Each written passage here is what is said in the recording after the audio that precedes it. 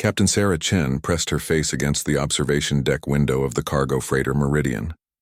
The asteroid field stretched endlessly before them, a graveyard of rock and ice spinning through the void. Her crew was supposed to be mining rare metals, but something else had caught their attention on the scanners. "Captain, you need to see this," called out Marcus, her chief engineer. His voice carried an urgency that made Sarah's stomach tighten. In 12 years of deep space mining, Marcus had seen everything the galaxy could throw at them. Sarah made her way to the bridge, her magnetic boots clanking against the metal deck plates. The Meridian wasn't much to look at, but she was sturdy and reliable. Perfect for the dangerous work of asteroid mining in the Outer Rim territories. "What have you found?" Sarah asked, settling into her command chair. Marcus pointed at the main display. "There's a ship out there, Captain, big one. Definitely not human design." The screen showed a massive vessel easily 10 times the size of their freighter. Its hull was sleek and curved, like something organic that had grown rather than been built. Strange symbols covered its surface, glowing faintly in the starlight. "Catherian," whispered Dr. Elena Vasquez, the ship's xenobiologist. She had joined their crew 6 months ago, eager to study alien life forms in the outer territories. "I've seen ships like this in the archives. They're one of the oldest spacefaring races in the galaxy." Sarah frowned. The Catherians were known throughout human space, but they rarely interacted with other species. They considered themselves superior to younger races like humanity. Most humans had never seen a Catherian ship up close. "Is it active?" Sarah asked. "That's the strange part," Marcus replied, adjusting the scanner settings. "The ship appears to be powered down. Life support is minimal, but there are life signs aboard." "How many?" "3, all in the same section of the ship." Dr. Vasquez leaned forward, studying the readings. "Captain, this is unprecedented. Catherians never abandon their ships. Something terrible must have happened." Sarah considered their options. The smart thing would be to report the discovery to the nearest human outpost and let the authorities handle it. But they were weeks away from any official presence. If there were survivors aboard that ship, they might not have weeks. "Can we dock with it?" she asked. Marcus ran his hands through his graying hair. "Maybe.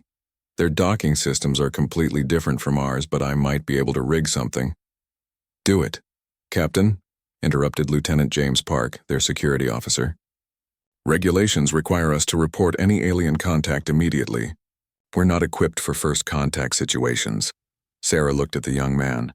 Park was fresh from the academy, full of rules and procedures.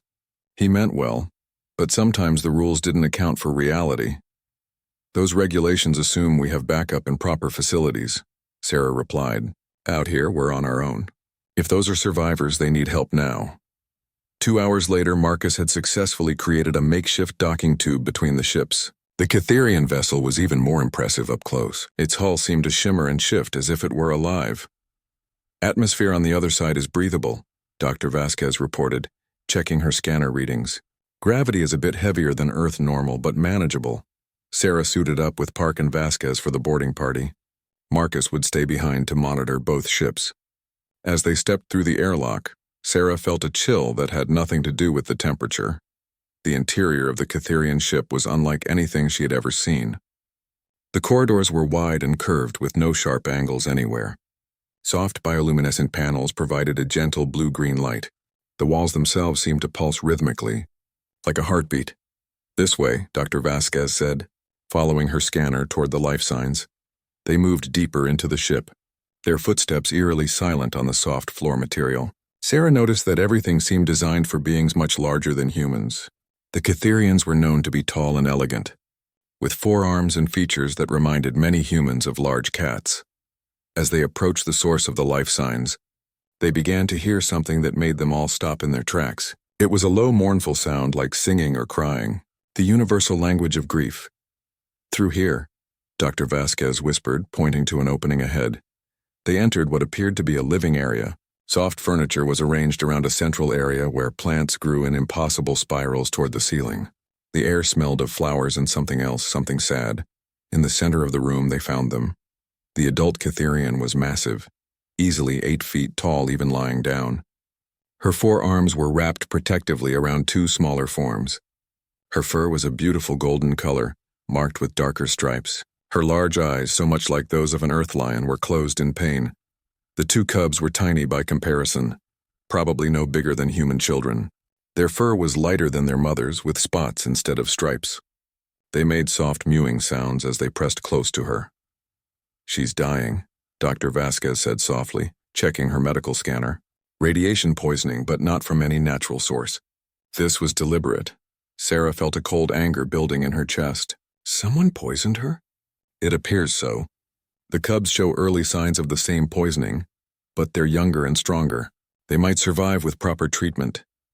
The adult Ketherian's eyes slowly opened as she became aware of their presence. Sarah expected fear or hostility, but instead saw only a deep, desperate hope. The alien mother tried to speak, but only managed a weak whistle. Dr. Vasquez activated her universal translator, a device that could interpret most known galactic languages. After a moment, words began to form. "Please," the device translated in a mechanical voice. "My children.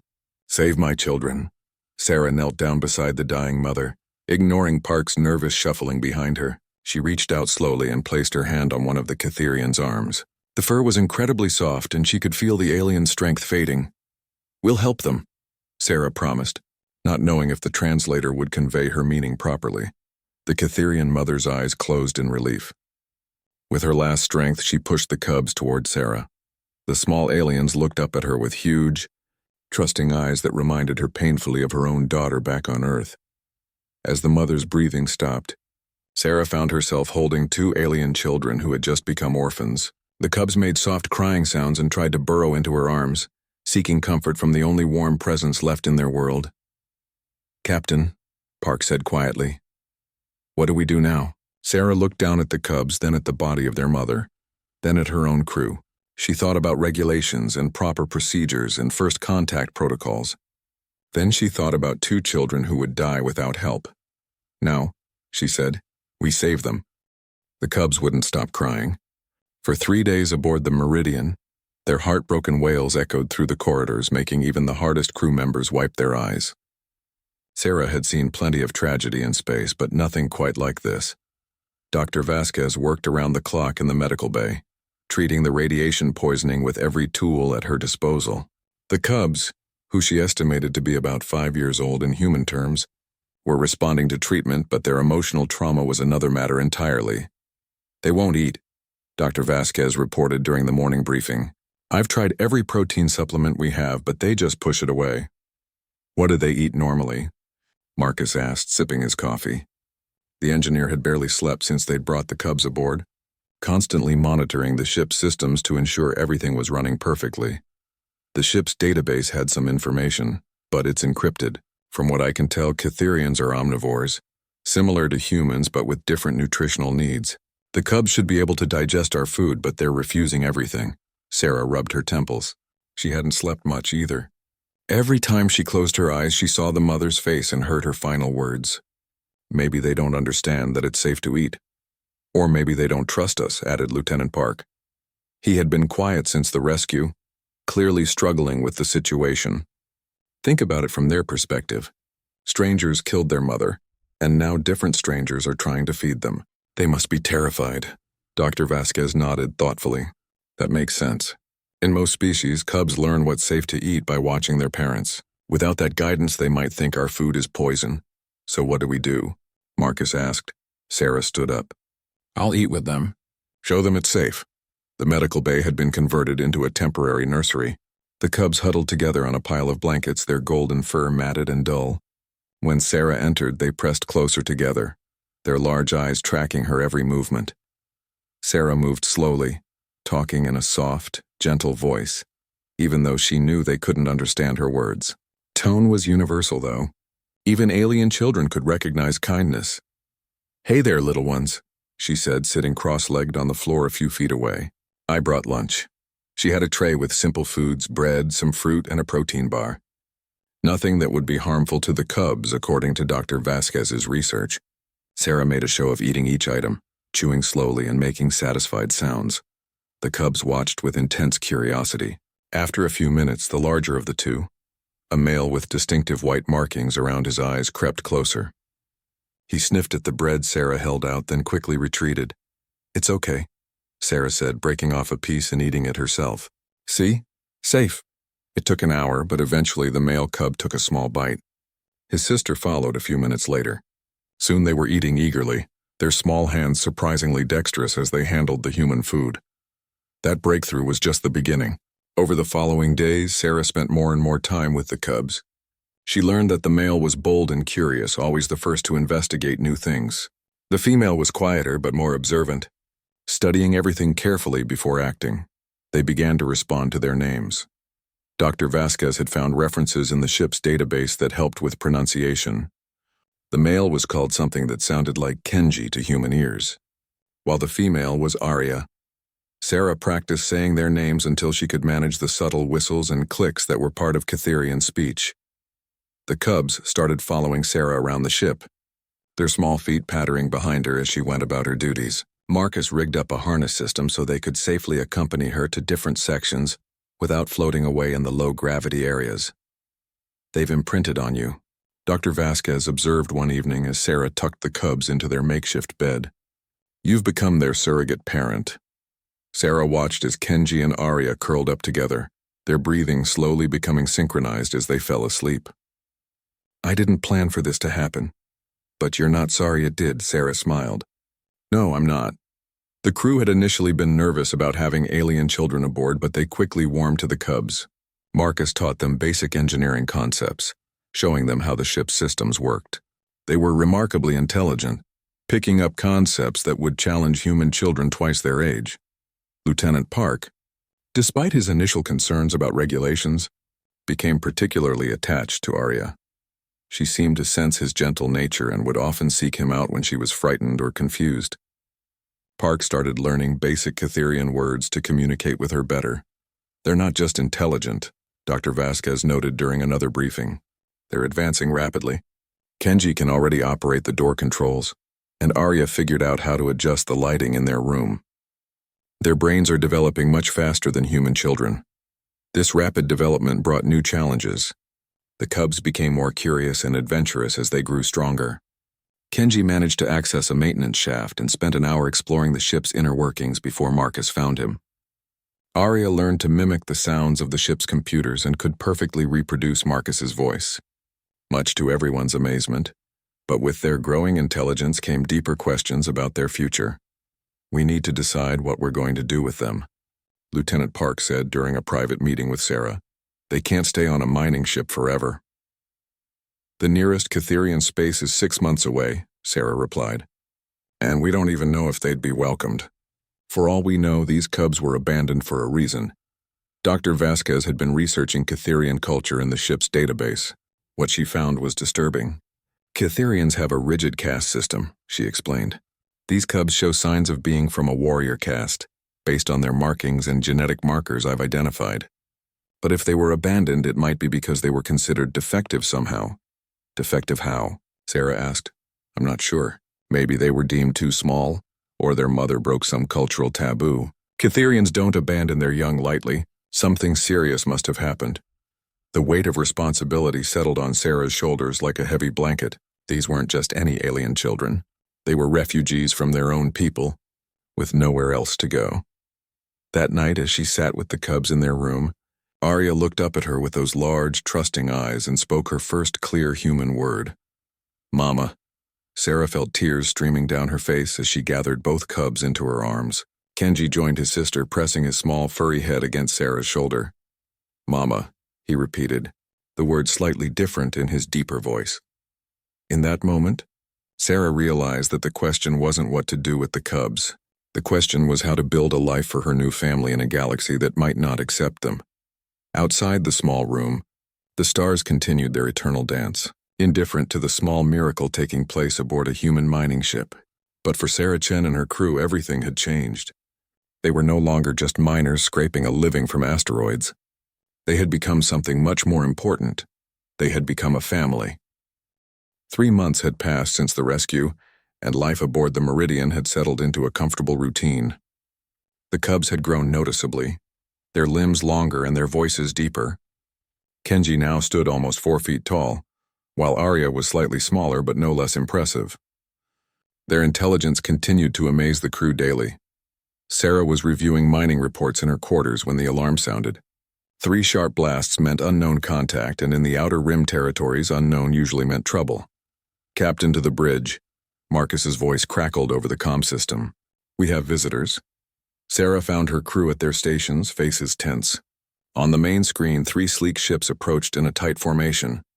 Their design was elegant and dangerous, all curved lines and hidden weapon ports. Cytherian ships, Dr. Vasquez said quietly. Military configuration. Sarah's blood ran cold. The cubs were in their room, playing with some mechanical toys Marcus had made for them. They had no idea their former people were approaching. Incoming transmission, Lieutenant Park announced. Put it on screen. The display filled with the image of a Cytherian commander. His fur was silver with black stripes, and his 4 arms were adorned with complex military insignia. His eyes held the cold authority of someone accustomed to absolute obedience. Human vessel, the commander spoke, his words translated by the ship's computer. You are in violation of Galactic Treaty 447. You have stolen Cytherian property and must return it immediately. Sarah stepped forward, forcing her voice to remain steady. I am Captain Sarah Chen of the Earth vessel, Meridian. We found 3 survivors on a derelict Cytherian ship, 2 cubs and their mother, who died from radiation poisoning. The commander's expression didn't change. The offspring are property of the Cytherian Empire. They were lawfully abandoned according to our customs. Your interference is theft. Abandoned? Sarah felt anger building in her chest. They're children. You left children to die. They are defective, the commander replied coldly. Born to a traitor who violated the sacred laws of our society. Their existence brings shame to the Empire. They should have died with their mother. Dr. Vasquez stepped beside Sarah, her face pale. What law did their mother break? She made it outside her caste. The cubs are mongrels, neither pure warrior nor pure scholar. They have no place in Cytherian society. Sarah felt sick. These beautiful, intelligent children were considered worthless because of their mixed heritage. Well, they have a place here. They're staying with us. The commander's eyes narrowed. You misunderstand the situation, human. This is not a request. You will return our property or we will take it by force. The transmission ended. Immediately, the 3 Cytherian ships moved into attack formation around the Meridian. Shields up, Sarah ordered. Marcus, how long until we can jump to hyperspace? 15 minutes, Captain. The drive needs time to charge. We don't have 15 minutes, Park said, monitoring the tactical display. They're powering up weapons. At that moment, the bridge door opened and Kenji and Arya entered, their young faces bright with curiosity. They had heard the unusual activity and come to investigate. Mama Sarah, Arya said in her musical voice, why are the lights flashing? Before Sarah could answer, Kenji's eyes found the main screen, which still showed the Cytherian ships. His expression changed completely. Fear, recognition, and something else, something almost like shame, flickered across his features. They've come for us, he whispered. The lead Cytherian ship hailed them again. This time the commander's voice was heard by everyone on the bridge. We know the mongrels are aboard your ship, human. We can sense them. Return them now and we will allow you to leave unharmed. Arya pressed closer to Sarah, her small hands gripping the captain's uniform. Mama, we don't want to go back. Please don't make us go back. Kenji stood straighter, his young shoulders squaring with determination that reminded Sarah painfully of his mother. They think we're monsters, he said quietly. Because our mama loves someone from a different family. But we're not monsters, are we? Sarah knelt down to look both cubs in the eyes. No, you're not monsters. You're my children and I will never let anyone hurt you. Captain, Marcus called urgently. They're charging weapons. Energy readings are off the charts. Sarah stood, her decision made. All hands battle stations. Prepare for evasive maneuvers. Captain, Park protested. We can't fight 3 military ships with a mining vessel. It's suicide. Then we'd better be very clever about not fighting, Sarah replied. She turned to Kenji and Arya. I need you 2 to go to the secure compartment Marcus showed you. Hide there until this is over. No, Kenji said firmly. This is our fight too. Your children. It's my job to protect you. Arya stepped forward, her young voice carrying surprising authority. Captain Sarah, we know things about Cytherian ships. We lived on one. Maybe we can help, Sarah hesitated. The cubs were incredibly intelligent, but they were still just children. Then she looked at the tactical display showing 3 warships converging on her vessel, and realized she needed every advantage she could get. What do you know that might help us? Kenji pointed at the scanner readings. Those ships have blind spots in their sensor arrays. If you approach from below and behind, they can't see you clearly. And their shields, Arya added. They have to lower them to fire the big weapons. There's a few seconds when they're vulnerable. Dr. Vasquez stared at the cubs. How do you know all this? Our mama was a warrior, Kenji said proudly. She taught us about ships and fighting, even though the elders said we shouldn't learn such things. The first energy blast rocked the Meridian, sending everyone stumbling. The lights flickered as the shields absorbed the impact. Shields down to 80%, Park reported. Marcus, can you give me speed? Sarah asked. I can give you everything she's got, Captain, but it won't be enough to outrun them. Sarah studied the tactical display, factoring in everything the cubs had told her. We're not running. Arya, where exactly are those blind spots? The young Catherian moved to the navigation console with surprising confidence, her small hands dancing over the controls. Here, she said, highlighting areas on the display. If we come in at this angle. Kenji, when do their shields drop? The male cub watched the enemy ship's energy patterns. Now, he said, just as the lead ship fired. For a split second, Sarah could see the shield fluctuation on her scanners. There, Kenji pointed. Right after they shoot. The big cannons draw too much power. Sarah felt a plan forming. It was dangerous, probably impossible, but it was better than surrender. Marcus, prepare for a reverse acceleration burn. Park, target the lead ship's engine section. Captain, what are you planning? Dr. Vasquez asked nervously. Something stupid, Sarah replied, taking her seat. Arya, guide us into that blind spot. Kenji, tell me the instant their shields fluctuate. The Meridian suddenly reversed direction, her engines straining as Marcus pushed them beyond safe limits. The Catherian ships, expecting their prey to flee, were caught off guard by the aggressive maneuver. Blind spot in 10 seconds, Arya called out, her young voice steady under pressure. Shield fluctuation. Now, Kenji shouted. Fire! Sarah commanded. The mining lasers, designed to cut through solid rock, struck the lead ship's engine section just as its shields dropped. The warship's rear exploded in a shower of debris and atmosphere. But the other two ships were already turning to pursue, and Sarah knew they wouldn't be caught off guard twice. The Meridian was fast for a mining ship, but she was still no match for military vessels. Jump drive charged, Marcus announced. We can leave now. Do it, Sarah ordered. As space twisted around them and the stars became streaks of light, Sarah looked down at Kenji and Arya. The cubs had just helped her defeat one Catherian warship and escape from two others. They had been calm under fire, intelligent in their suggestions, and brave beyond their years. But she also saw the sadness in their eyes.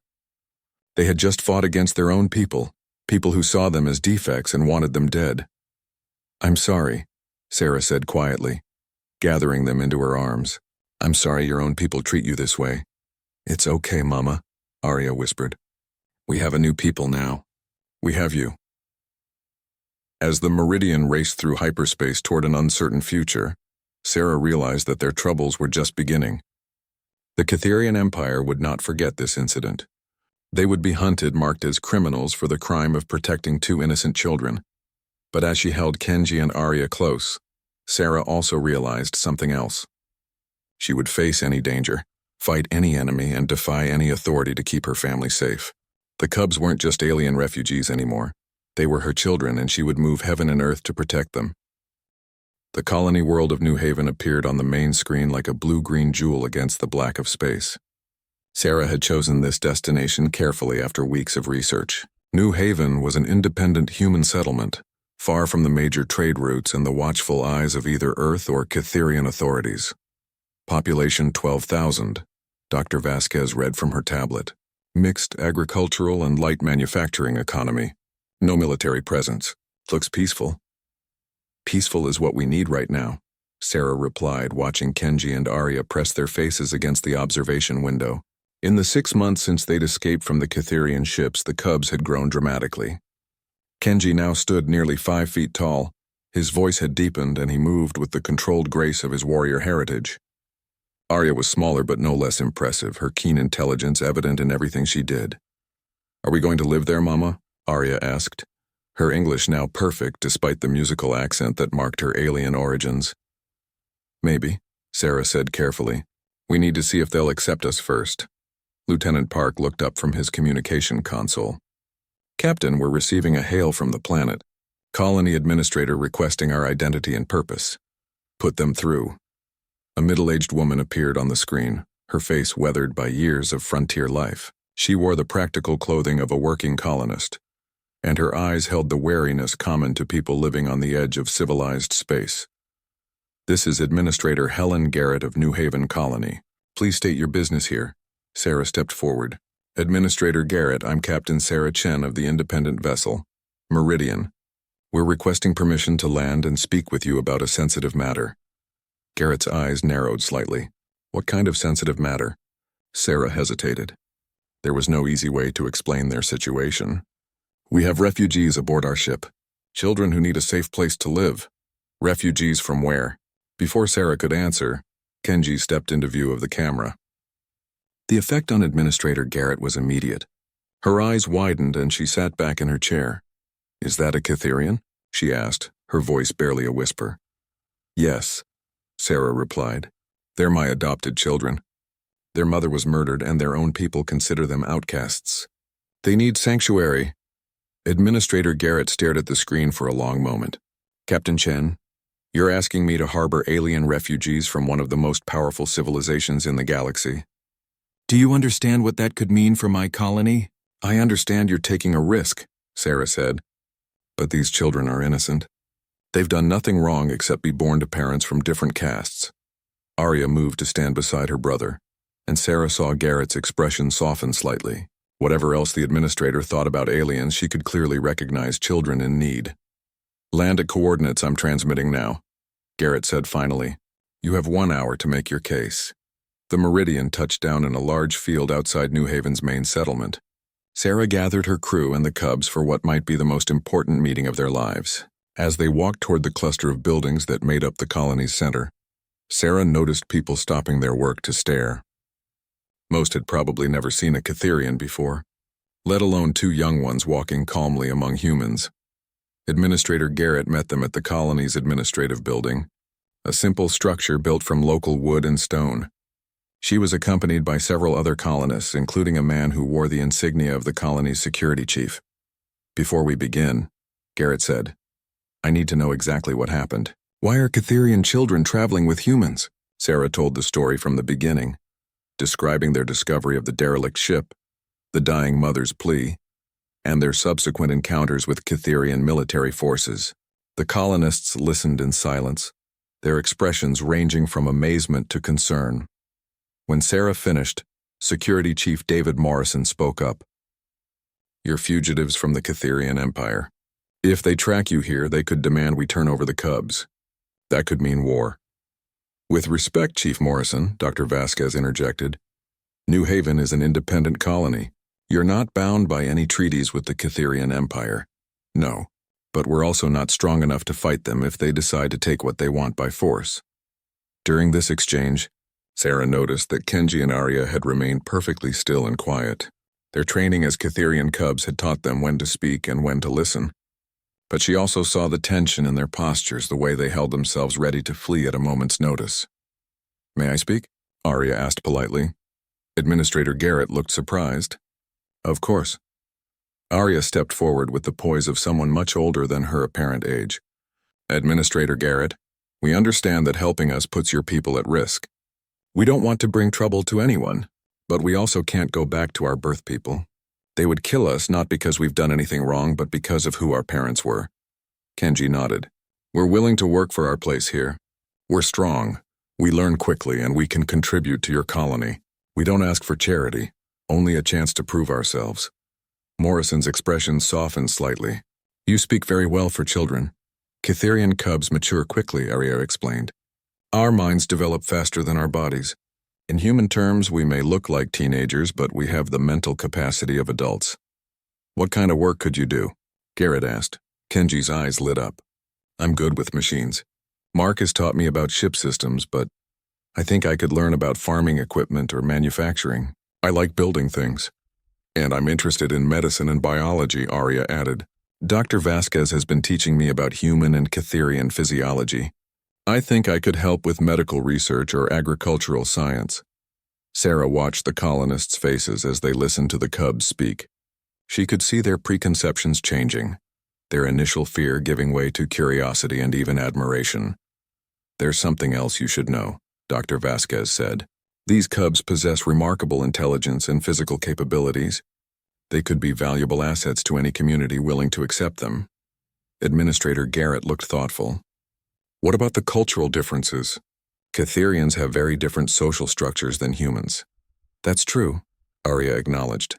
"But we've been living with humans for months now. We've learned to adapt. Captain Chen and her crew have become our family. We understand human values like individual freedom and equality. Those concepts are refreshing compared to the rigid caste system we were born into." "The bigger question," Morrison said, "is whether the other colonists will accept them. This is a small community. Everyone has to get along. Why don't we find out?" Garrett suggested. "Tonight is our weekly community meeting. Would you be willing to speak to the whole colony?" Sarah looked at Kenji and Arya. They nodded without hesitation. That evening, the colony's meeting hall was packed. Word had spread quickly about the alien visitors, and everyone wanted to see them for themselves. Sarah noticed a mix of expressions in the crowd: curiosity, fear, wonder, and suspicion. Administrator Garrett called for order and introduced Sarah's group. When Kenji and Arya stood to address the crowd, a hush fell over the room. "People of New Haven," Kenji began, his young voice carrying clearly through the hall, "we come to you not as conquerors or diplomats, but as refugees seeking a new home. We know we're different," Arya continued. "Our appearance, our heritage, even the way we think about some things. But we've learned that differences don't have to divide people. They can make communities stronger." For the next hour, the cubs answered questions from the colonists. They explained their culture, their abilities, and their hopes for the future. They spoke about their mother's sacrifice, their gratitude to Sarah's crew, and their determination to build new lives. "What if your people come looking for you?" asked Maria Santos, a farmer who ran one of the larger agricultural operations. "Then we'll face that challenge together," Kenji replied. "But we won't let our presence put innocence at risk. If it comes to that, we'll leave before we allow harm to come to this community." An older man named Thomas Way raised his hand. "What can you offer us? Why should we take the risk?" Arya smiled. "We offer our hands, our minds, and our loyalty. We know things about advanced technology that could benefit your industries. We're strong enough to help with heavy labor, and we learn quickly enough to fill whatever roles you need. More than that," Kenji added, "we offer the perspective of people who have seen both the best and worst of galactic civilization. We can help New Haven navigate the complex politics of dealing with other species and governments." After the cubs finished speaking, Administrator Garrett called for a colony-wide vote. The process took another hour as each family discussed the matter and cast their ballots. When the count was finished, Garrett stood with a smile on her face. By a vote of 847 to 203, New Haven Colony welcomes Kenji and Arya as full members of our community. The hall erupted in applause, and Sarah felt tears streaming down her face. Beside her, both cubs stood straighter with pride and relief. "Welcome home," Garrett said, shaking hands with each of them. As they walked back to the Meridian that night, Arya took Sarah's hand. "Mama, does this mean we don't have to run anymore?" 2 years had passed since the Meridian crew settled on New Haven, and the colony had transformed in ways no one could have predicted. Kenji and Arya, now fully grown by Catherian standards, had become integral members of the community. Their unique combination of alien heritage and human values had created something entirely new. Sarah stood in the workshop that Kenji had built behind their house, watching him work on a revolutionary farming machine. His forearms moved with precise coordination, each hand performing a different task simultaneously. The machine would be able to plant, fertilize, and monitor crops with efficiency that human technology couldn't match. "The grain yields are up 30% since last season," Marcus reported, entering the workshop with a tablet full of data. The old engineer had officially retired from space travel, but he couldn't resist helping with the colony's mechanical projects. "Maria Santos says her farm is producing more food than ever." Kenji looked up from his work, his features now sharp and distinctly adult. At 7 feet tall and powerfully built, he was an imposing figure, but his gentle nature had won over even the most skeptical colonists. "The soil composition here is perfect for enhanced cultivation techniques. We could probably increase yields another 20% with the right mineral supplements. Sarah smiled, remembering the small, frightened cub who used to hide behind her skirts. Now Kenji was one of New Haven's most respected engineers, holding 3 patents for agricultural improvements and serving on the colony's technical council. "Where's your sister?" Marcus asked. "Medical center," Kenji replied. "She's working on that vaccine project with Dr. Patterson." The medical center was one of New Haven's newest buildings, constructed specifically to house Aria's research laboratory. Dr. Elizabeth Patterson, the colony's chief physician, had initially been skeptical about working with an alien. That skepticism had vanished when Aria demonstrated her understanding of both human and Catherian biology. Sarah found Aria in the lab, bent over a microscope while Dr. Patterson observed. At 6.5 feet tall, with the elegant proportions of her mother's people, Aria had grown into a beautiful young woman. Her golden fur was marked with intricate patterns that seemed to shift in the light, and her large eyes held the wisdom of someone who had seen too much too young. "Any progress on the resistance strain?" Dr. Patterson asked. "I think so," Aria replied, adjusting the microscope settings. "The hybrid approach is working. By combining human and Catherian immunological responses, we can create vaccines that are effective against pathogens that target either species." Dr. Patterson shook her head in amazement. "6 months ago, I would have said this was impossible. Cross-species immunity just shouldn't work." "That's because most people think about species as completely separate systems," Aria explained. "But if you look at the underlying biochemistry, there are more similarities than differences. Life finds common solutions to common problems." Sarah watched her daughter work, feeling a familiar mixture of pride and concern. Aria's intelligence was remarkable even by Catherian standards, but Sarah worried about the pressure she put on herself. The young woman spent most of her time in the lab, driving herself to make breakthroughs that would benefit the colony. "Dr. Patterson, could I have a moment with Aria?" Sarah asked. "Of course. I need to check on the vaccine trials anyway." When they were alone, Sarah sat down beside her daughter. "You've been working 16-hour days again." Aria didn't look up from her microscope. "The flu season is approaching. If I can finish this vaccine, we could prevent the outbreak that killed 12 people last year. And if you collapse from exhaustion, who will finish the work?" Aria finally looked at her adoptive mother, her expression softening. "I know you worry about me, Mama, but this is important. People are counting on me." "People have been counting on you since you were a child," Sarah replied. "You've already done more for this colony than anyone could have expected. You don't have to carry the weight of the world on your shoulders." Before Aria could respond, an alarm began sounding throughout the colony, 3 long blasts followed by 2 short ones, the signal for unknown spacecraft approaching. Sarah felt her blood turn cold. They had always known this day might come, but as the years passed peacefully, she had begun to hope it never would. In the administrative building, Administrator Garrett was coordinating the colony's response. The main screen showed 3 ships in orbit around New Haven, their sleek lines unmistakably Catherian.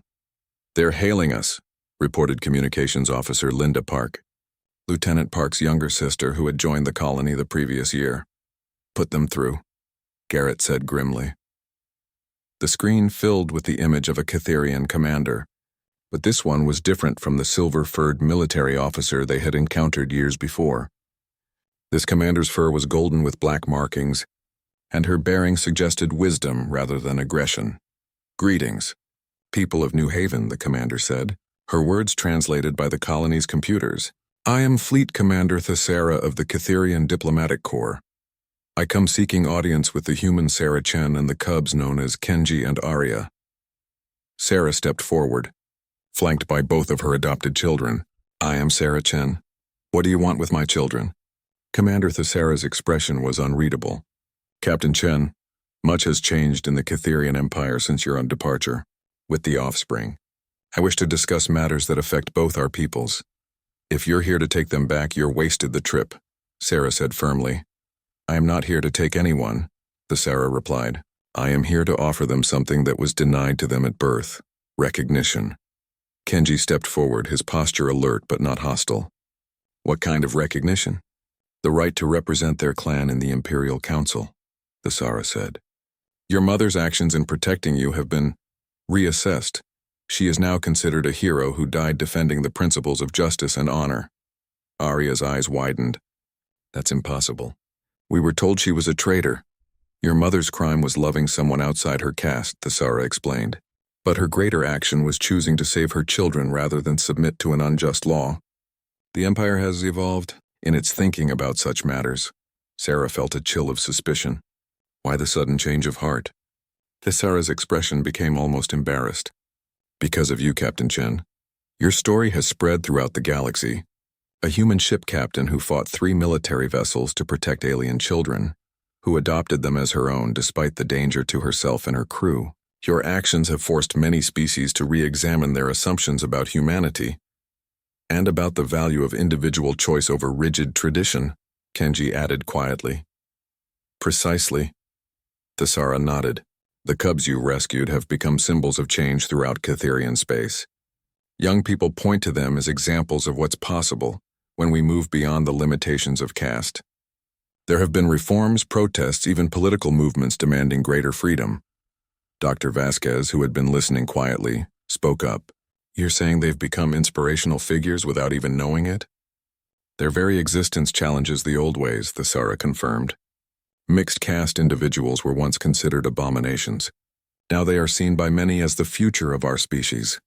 Arya looked at her brother, then at Sarah. What exactly are you proposing, Commander? Return to Catherian space as representatives of the reform movement. Take your places on the Imperial Council. Help guide our people toward a more just society. The room fell silent as everyone absorbed the implications. After years of hiding from the Catherian Empire, they were being invited to help lead it. And if we refuse? Kenji asked. Then you remain here, living in peace, Thesara replied. I give you my word that no harm will come to you or this colony. Those days are over. Sarah studied the commander's face, looking for signs of deception. All she saw was sincerity and something that might have been hope. We need time to discuss this, Sarah said finally. Of course, I will remain in orbit for 3 days. Whatever you decide, I will respect your choice. After the transmission ended, the room erupted in discussion. Some colonists were excited about the possibility of having their adopted community members in positions of galactic influence. Others worried about losing Kenji and Arya just when they had become so important to the colony's success. What do you want to do? Sarah asked her children when they were alone. Kenji looked thoughtful. For years, I've wondered what we could have become if we'd grown up among our birth people. Now I have a chance to find out. But I also wonder if we're more valuable here, Arya added. We've proven that different species can work together, create something better than either could achieve alone. Maybe that's the real message we should be spreading. Sarah nodded. Whatever you decide, I'll support you. But remember, you're not just making a choice for yourselves. You're setting an example for every mixed heritage individual in the galaxy. That night, as New Haven's 3 moons rose over the colony, Sarah sat with her adopted children on the porch of their home.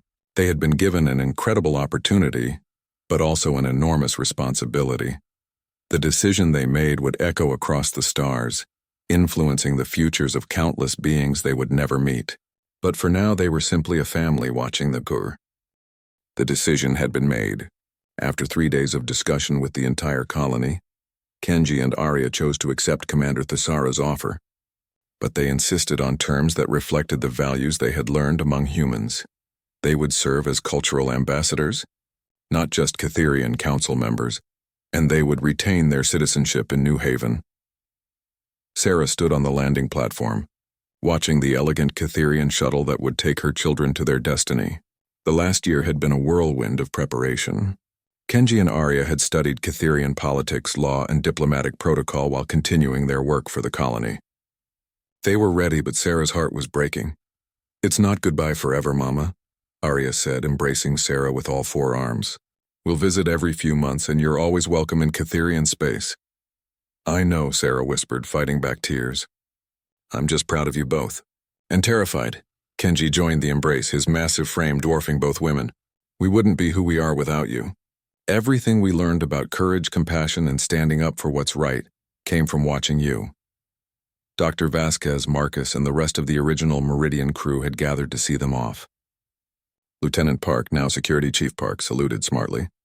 Give them hell in that council chamber. Commander Thesara approached respectfully. Over the past year, she had spent considerable time on New Haven, learning about human culture and the unique society that had formed on the colony world. She had been amazed by the integration of human and Cytherian perspectives. "Captain Chen," Thessara said formally, "the Empire owes you a debt that can never be repaid. Your actions saved not just 2 lives but potentially our entire civilization from stagnation." Sarah shook the commander's hand. "Take care of them. They're still my children, no matter how important they become." "I give you my word." The shuttle departed in a flash of exotic energy, leaving Sarah staring at the empty sky. Administrator Garrett placed a comforting hand on her shoulder. "They'll be back," she said. "New Haven is their home." 6 months later, Sarah was working in her garden when Linda Park burst through the gate, her face flushed with excitement. "Captain Chen, you need to see the news feeds. Kenji and Arya are about to address the Galactic Assembly." Sarah hurried to the communications center, where half the colony had already gathered around the large display screen. The image showed the massive amphitheater of the Galactic Assembly, where representatives from hundreds of species gathered to address matters of universal importance. Kenji and Arya stood at the central podium, their formal diplomatic robes unable to hide their nervous energy. Beside them stood Commander Thessara and several other Cytherian officials. "Representatives of the galaxy," Kenji began, his voice carrying clearly through the translation systems. "We come before you not as conquerors or supplicants, but as living proof that our differences can be our greatest strengths." The camera panned across the assembly, showing representatives from dozens of species. Sarah recognized Altarian merchants, vegan philosophers, and even the reclusive silicon-based entities from the Outer Rim. All were listening intently. "6 years ago," Arya continued, "we were refugees, abandoned by our own people and left to die because we didn't fit into rigid categories. We were saved by humans who saw past our alien appearance and recognized our inherent worth as individuals." Sarah felt tears streaming down her face as her daughter spoke about their rescue and the years that followed. "But this story isn't really about us," Kenji said. "It's about the choice every civilization faces, whether to embrace diversity or fear it, whether to build bridges or walls. The colony of New Haven represents something new in galactic politics," Arya added.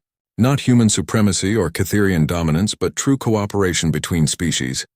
In our laboratories, human creativity combines with Cytherian precision to solve problems neither could handle alone. In our workshops, different perspectives create innovations that benefit everyone." The assembly was completely silent, hanging on every word. "We propose the establishment of the Interspecies Cooperation Initiative," Kenji announced, "a formal program to create mixed communities throughout the galaxy, where beings from different worlds can live, work, and build together. The benefits are already proven," Arya said, producing a data tablet. "New Haven's agricultural output exceeds any pure human colony of similar size. Our medical advances have eliminated diseases that have plagued multiple species for centuries. Our technological innovations are being adopted across 3 star systems." Murmurs began spreading through the assembly as representatives discussed the proposal among themselves. Sarah held her breath, knowing that this moment would determine whether her children's dreams could become reality. "The Cytherian Empire formally endorses this initiative," Commander Thessara announced, standing beside the podium. "We commit resources and territory to establish the first pilot communities." "The Altarian Trade Federation seconds the proposal," called out a blue-skinned representative. One by one, other species began voicing their support. Not all were convinced, but enough were interested to move forward.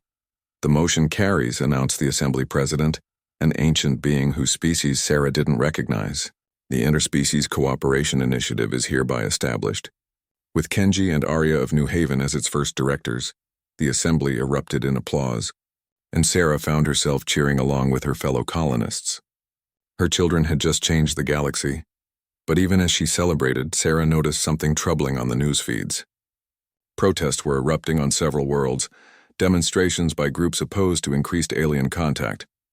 The banner headline spoke of species purity and traditional values. Dr. Vasquez noticed her expression. "Not everyone's happy about this. Change is never easy," Sarah replied. "But that's why they need to succeed. Show the galaxy that cooperation works better than isolation." Over the following months, the backlash intensified. The pure species movement gained followers across multiple worlds, including some human colonies. They painted the Interspecies Initiative as a threat to biological and cultural integrity. The first crisis came when protesters surrounded the construction site of the second pilot community, on the border between human and Altarian space. Violence erupted when pure species extremists attempted to destroy the half-built facilities. Sarah watched the news coverage with growing alarm. Her children appeared on screen, trying to calm both sides while emergency services treated the wounded. "This is exactly what the extremists want," Arya said during a live interview. "They hope that violence will prove their point about the impossibility of peaceful coexistence. We cannot let fear win." "The communities we're building represent hope for the future," Kenji added. "Every species has something unique to contribute. When we work together, we create something greater than the sum of our parts." But the interviews seemed to only inflame tensions further. More protests erupted, and several planned communities had to be relocated to avoid conflicts. Then came the news that made Sarah's blood run cold. Intelligence reports indicated that pure species extremists were planning a direct attack on New Haven itself, seeing it as the symbol of everything they opposed. Administrator Garrett called an emergency assembly. The colonists gathered in the meeting hall where they had first voted to accept Kenji and Arya, but the mood was very different now. "We have 3 choices," Garrett announced. "We can evacuate, we can request military protection from Earth or the Catherian Empire, or we can defend ourselves." "What about choice 4?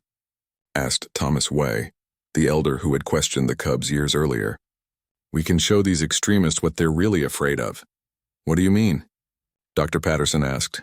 Way stood, his aged frame still straight and proud. "They're not afraid of aliens. They're afraid of change, of losing their narrow view of how the universe should work. Let them come to New Haven. Let them see how humans and Catherians can build something beautiful together. Sometimes the best defense is simply being who you are." Maria Santos nodded. "We've created something special here. Something worth protecting. I say we stay and defend it." "The extremists aren't coming to negotiate," Security Chief Park warned. "Intelligence suggests they have military-grade weapons." "Then we'll be ready for them," Marcus said grimly. The old engineer had been designing defensive systems for months just in case. "This colony has more advanced technology than most military bases." Kenji and Arya made sure of that. Sarah listened to the debate with mixed emotions. Part of her wanted to evacuate everyone to safety, but another part knew that running would send exactly the wrong message. New Haven represented the future that Kenji and Arya were trying to build. If they abandoned it at the first sign of serious opposition, how could they ask others to take similar risks? "I vote we stay," Sarah said finally. "This is our home. More than that, it's proof that different species can live together in peace and prosperity. If we run now, we're telling the galaxy that cooperation only works when it's easy." The vote was unanimous. New Haven would stand and defend itself. As the colonists began preparing their defenses, Sarah couldn't help but think about the irony. Years ago, she had fought Catherian warships to protect 2 alien children. Now she was preparing to fight human extremists for the same reason. The attack came at dawn, just as Sarah's intelligence network had predicted. 12 ships descended from orbit, their hulls painted with the twisted symbols of the pure species movement. Sarah watched from the command center as the defensive systems that Marcus and the colonists had built over the past months came online. "Energy, shields at full power," reported Linda Park from her position at the tactical console.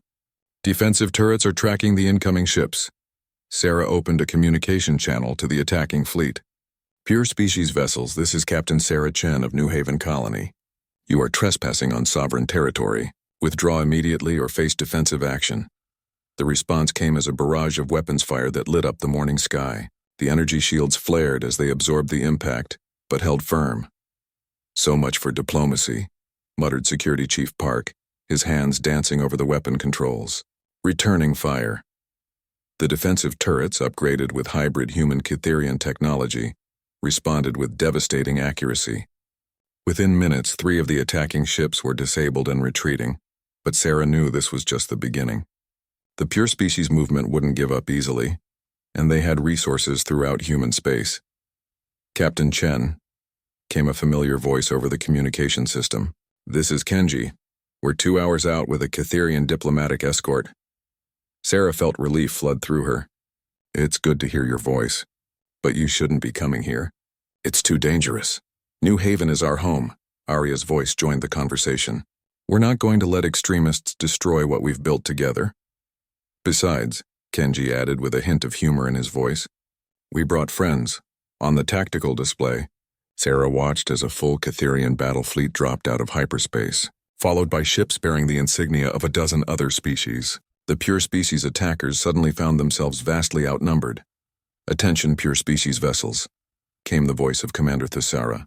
You are in violation of the Galactic Peace Accords. Surrender immediately or face the combined response of the Interspecies Alliance. The remaining pure species ships held their position for a few tense moments, then began powering down their weapons.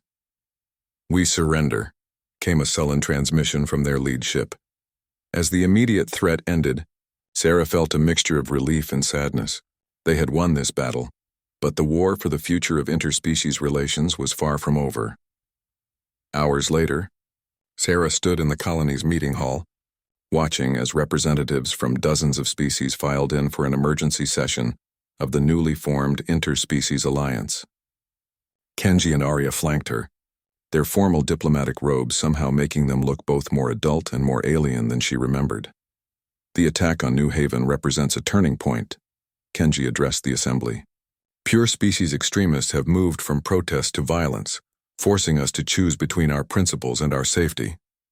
But their attack has also proven something important, Arya continued. When faced with a threat to our shared values, species that have barely spoken to each other in centuries came together to defend them. Ambassador Korath of the Altarian Trade Federation stood to speak. His blue skin shimmered with emotional resonance patterns. The youngling speaks truth. My people have watched this colony with interest for years. Today, we saw proof that cooperation is not just idealistic dreaming but practical necessity. The Vegan Philosophical Union agrees, added another representative. The pure species movement threatens not just mixed communities, but the very concept of peaceful coexistence.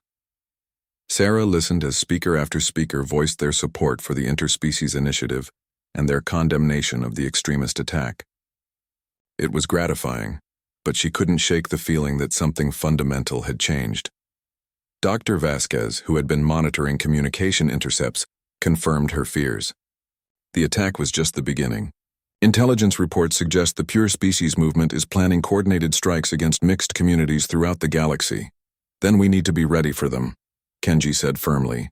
Not just defensively but proactively. We need to expand the initiative faster than they can organize opposition. Over the following months, Sarah watched as her adopted children transformed from idealistic young ambassadors into seasoned political leaders. They established new mixed communities at a rate that surprised even their supporters, each one designed to be self-sufficient and defensible. But the pure species movement adapted too. Their attacks became more sophisticated, targeting the supply lines and communication networks that connected the scattered communities. The crisis came when extremists managed to infiltrate and destroy the medical research station where Arya had been developing vaccines for cross-species pathogens. 12 researchers died in the attack, and years of vital work was lost. Sarah found Arya in her rebuilt laboratory on New Haven, staring at empty equipment racks where irreplaceable samples had once been stored. They didn't just destroy our research, Arya said quietly. They destroyed the only hope for treating the Rigelian plague that's spreading through the outer colonies. You can start over, Sarah said, sitting beside her daughter. You've done it before. Starting over takes years. People are dying now. Arya's voice carried a note of despair that Sarah had never heard before. Maybe the extremists are right. Maybe trying to force different species together just creates more problems than it solves. Sarah felt a chill of fear. If Arya, the architect of interspecies cooperation, was losing faith, what hope was there for the movement? Do you remember what you told me when you were small? Sarah asked. When you first spoke human words? Arya looked up, confusion in her large eyes. You called me Mama, Sarah continued. Not because I looked like you or came from the same world, but because I loved you and protected you when no one else would. That's what family really means. Not shared genetics, but shared values and mutual care. But the cost, Mama. So many people have died because of what we're trying to build. And how many more will die if we give up? Sarah asked gently. The pure species movement doesn't just want to stop mixed communities. They want to return to the old days when species existed in isolation. When alien meant enemy, how many wars would that cause? How many opportunities for growth and learning would be lost?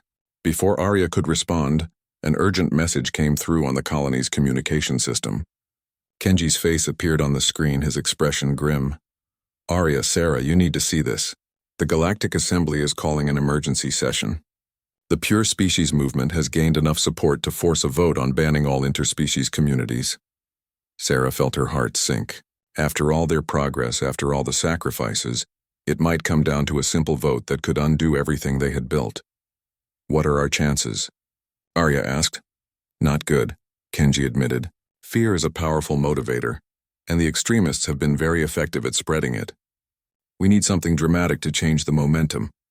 Sarah looked at her daughter, seeing the brilliant mind that had created medical miracles and the compassionate heart that had never stopped caring about others. An idea began forming in her mind. What if we give them exactly what they want? Sarah said slowly. Both cubs stared at her in confusion. The extremists say mixed communities are dangerous and unnatural. They want to prove that different species can't live together in peace, so let's prove them wrong in the most public way possible. How? Kenji asked. Sarah smiled. We invite the entire Galactic Assembly to New Haven. All of them. Let them see firsthand what we've built. Let them meet the families, see the innovations, experience the culture we've created. Make it impossible for them to vote against something they've seen work with their own eyes. Arya's eyes widened. That's incredibly risky. If something goes wrong with hundreds of ambassadors here, then we make sure nothing goes wrong, Sarah replied. We turn New Haven into a showcase for everything the Interspecies Initiative represents. We show them the future. The next month was a whirlwind of preparation. Representatives from 347 different species descended on New Haven for what the media dubbed the Great Gathering. Sarah watched with pride as colonists of all species worked together to accommodate their guests, solving logistical problems that would have stymied most governments. The formal presentations were impressive, but Sarah knew the real impact came from the informal interactions. She watched ambassadors sharing meals with colonist families, seeing human children playing with young Catherians, observing the casual cooperation that had become second nature to the residents of New Haven. On the final day, the assembly voted. Sarah, Kenji, and Arya watched from the colony's communication center as representatives cast their ballots on the future of interspecies cooperation. The motion to ban interspecies communities fails by a vote of 523 to 97, announced the assembly president. Furthermore, by a vote of 445 to 175, the assembly formally endorses the expansion of the interspecies initiative. The colonists erupted in celebration, but Sarah noticed that Kenji and Arya seemed oddly subdued. What's wrong? She asked. We won. We won this battle, Kenji replied. But there will be others. The Pure Species movement won't give up, and neither will other extremist groups.